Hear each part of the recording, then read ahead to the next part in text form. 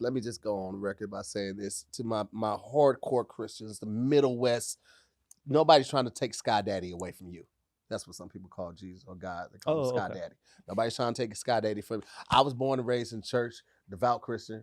Came up in the Sunshine Band. I did Easter speeches. I did Christmas speeches. I was really about that life. What we're going to be doing today is posing questions to hold a conversation, right? Like, what if God was part of the Eternals, right? What if he was, we've always thought of him as a solo celestial being, right? Okay. But what if he was part of like the Eternals? We've only recognized God as the one that we really talk about. But what if it's a bigger thing? What if there's a group of higher celestial beings and we just have not known that they were part of this, or he was a part of them?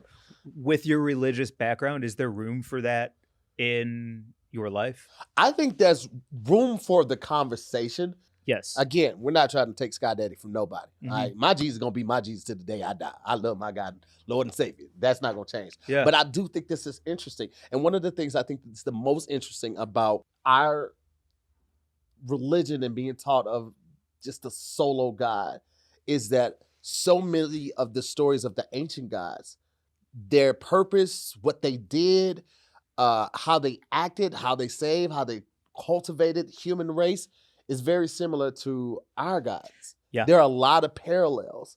And a lot of these myths of these ancient gods were BC, right? They were before the documentation of the Bible even began. Yeah.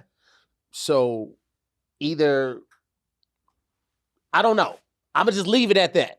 I know that was kind of a cliffhanger, but but I don't want to scare you guys off too much. So we're just gonna leave it there. It's just okay. It's a weird thing. But going back to let's do a call to action on that. Oh, how do you feel about Jesus? Don't do it like that. You like him?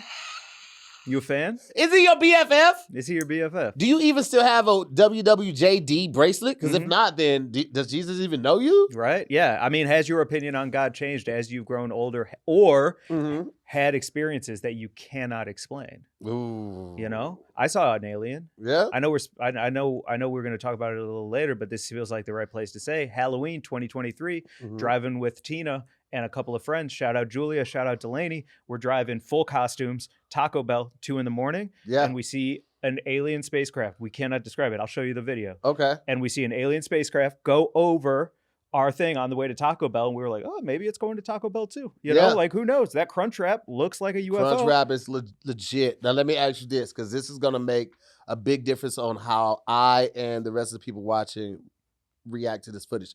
Did you capture this before or after you had the Taco Bell? But on the way to Taco Bell. So it's before. Was I on Molly? Yes. Was I on mushrooms? Yes. Was I stoned out of my mind? Of course, it's Halloween. See, I was going to say you might have had a stomach virus from the Taco Bell. Because it happens fast. Taco Bell can change your life very quickly. It was one of the first nights Tina and I really spent the night together. And I remember looking. Oh my God. Hold on. I remember. Yes, bitch. Come on. Look at my boy. Oh my God, bitch. Yes. It looked good on you. Love looked good on you. Thank you. I've been loved. That feels great. Until you hear that. When I got to her place, I was tripping pretty hard still. And I just looked at her on the couch and I go, I got to go turn this off. And then I laid on her bathroom floor for like an hour. Turn your high off? Yeah, I couldn't turn it off. It was a problem. Okay, here's the video. Check this out. Okay. Hit play on that. All right. And tell me that's not a UFO. No, they're usually that really quick. Wait. What is that?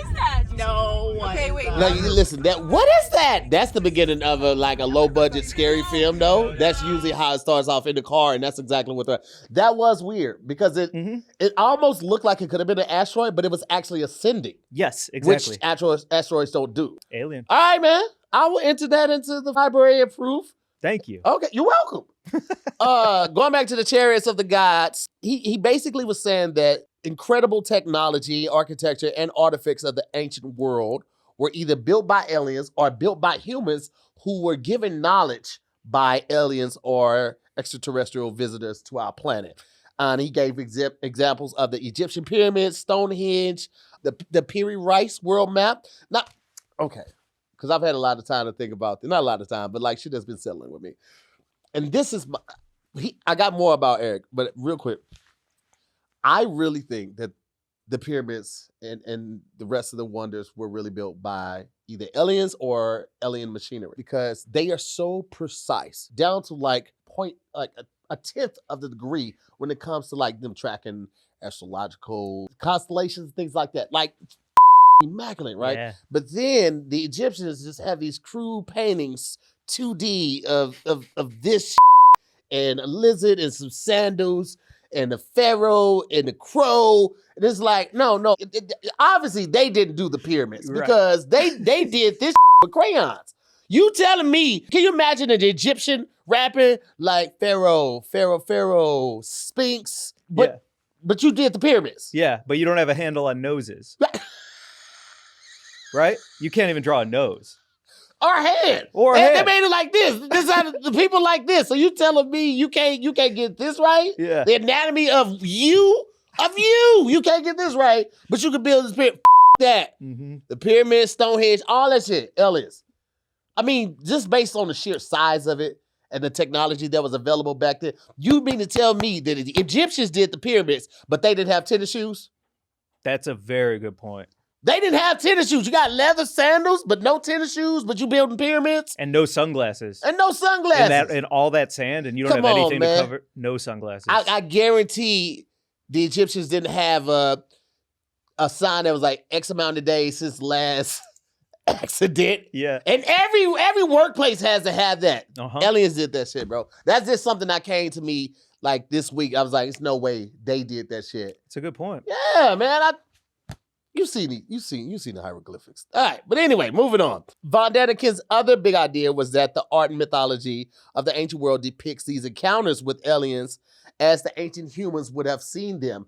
And it would have made sense that they thought that they were gods, because if they were aliens, they probably came on a ship, so a lot of bright lights and a lot of unexplainable entries and exits of the beings, whether they were ancient gods or they were aliens. It would have been that. And if they didn't have like advanced language, right, then it would have been very difficult. And obviously, I mean, Egyptians did the best what they could with hieroglyphics and pictures and things like that.